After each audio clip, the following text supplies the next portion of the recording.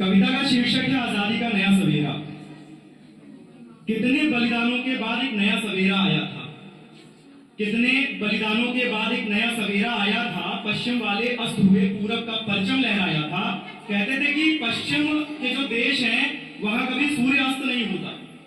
उस समय ये किंवदंतियां बड़ी प्रचलित थी कि पश्चिम के देशों का सूर्य कभी अस्त नहीं होता, वो हमेशा बढ़ते ही जा रहे थे। कितने बलिदानों के बाद एक नया सवेरा आया है। पश्चिम वाले अस्त हुए पूरब का परचम लहराया था। पर मत भूलो सुबह के पहले, पर मत भूलो सुबह के पहले रात अंधेरी काली थी। गोरों की सत्ता के आगे तब भारत मां झुकने वाली थी। फूट डालकर राज किया आपस में सबको लड़वाया, फूट डालकर राज किया आपस में सबको लड़वाया। देकर गद्दी का लालच भाई को भाई से पिटवाया। जुल्म की सारी सीमाएं तब अंग्रेजों ने पार करी, जुल्म की सारी सीमाएं तब अंग्रेजों ने पार करी। भारत मां भी लाचार, भारत मां भी नजर झुकाए कब से थी लाचार खड़ी।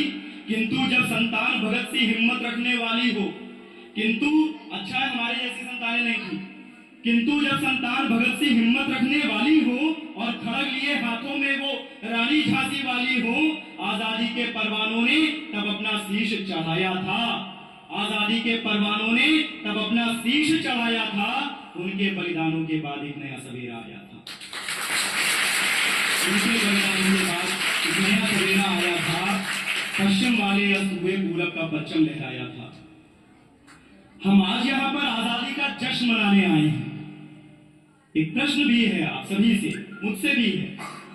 हम आज यहाँ पर आजादी का जश्न मनाने आए हैं, पर उनके जैसी खुददारी क्या अपने भीतर लाए हैं। हम आज यहाँ पर आजादी का जश्न मनाने आए हैं, पर उनके जैसी खुददारी क्या साथ में अपने लाए हैं। 23 साल का एक युवक जब फांसी पर चढ़ जाता है, 23 साल का एक युवक जब फांसी पर चढ़ जाता है और एक बालक अल्फ्रेड पार्क में गोरों से भिड़ जाता है। मैंने चंद्रशेखर आजाद को एक बालक की संज्ञा क्यों दी? क्योंकि जिस समय वो शहीद हुए थे उस समय उनकी उम्र मात्र 25 वर्ष थी। 25 वर्ष भी नहीं थी, लगभग 25 वर्ष थी, 24 वर्ष कुछ महीने।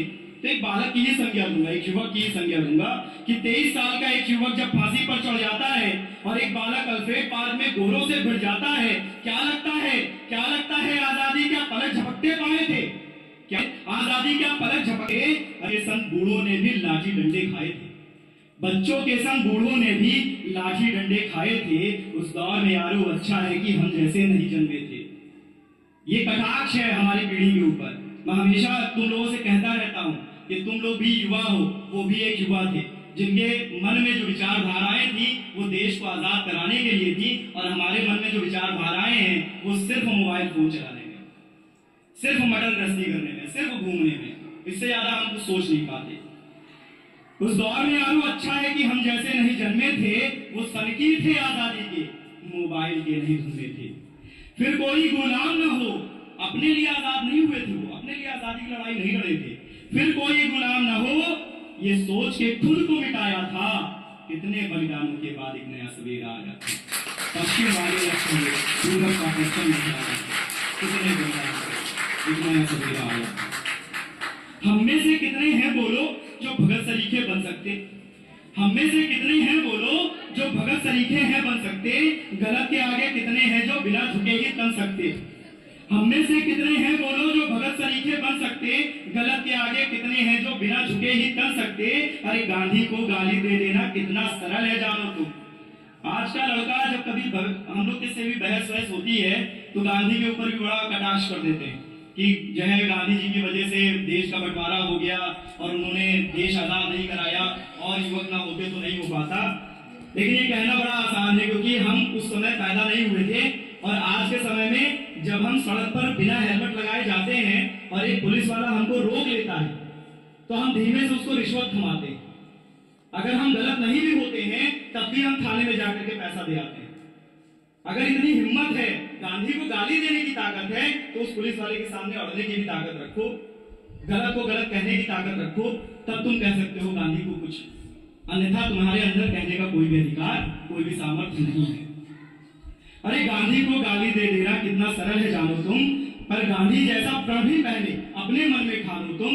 नम इंसानों को देखा तो खुद भी कपड़े त्याग दिए, नम इंसानों को देखा तो खुद भी कपड़े त्याग दिए।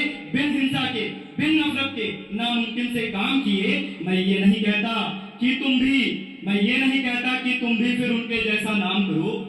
मैं ये नहीं कहता कि तुम भी फिर उनके जैसा नाम करो, मगर उठो, तुम रुको नहीं, बस अपने हिस्से का काम करो। सत्य, अहिंसा और धर्म के पथ पर तुमको चलना है। सत्य, अहिंसा और धर्म के पथ पर तुमको चलना है। अंधियारा कितना भी छाए, सूरज बन के निकलना है। अंधियारा कितना भी छाए, सूरज बन के निकलना है। अपने लहू से देखो कैसे देश को उन्होंने सजाया था। अपने लहू से देखो कैसे देश को उन्होंने सजाया था। कितने बलिदानों के बाद एक नया सवेरा आया था। कितने बलिदानों के बाद एक नया सवेरा आया था। पश्चिम वाले पूरब का परचम लहराया था। कितने बलिदानों के बाद एक नया सवेरा आया। बहुत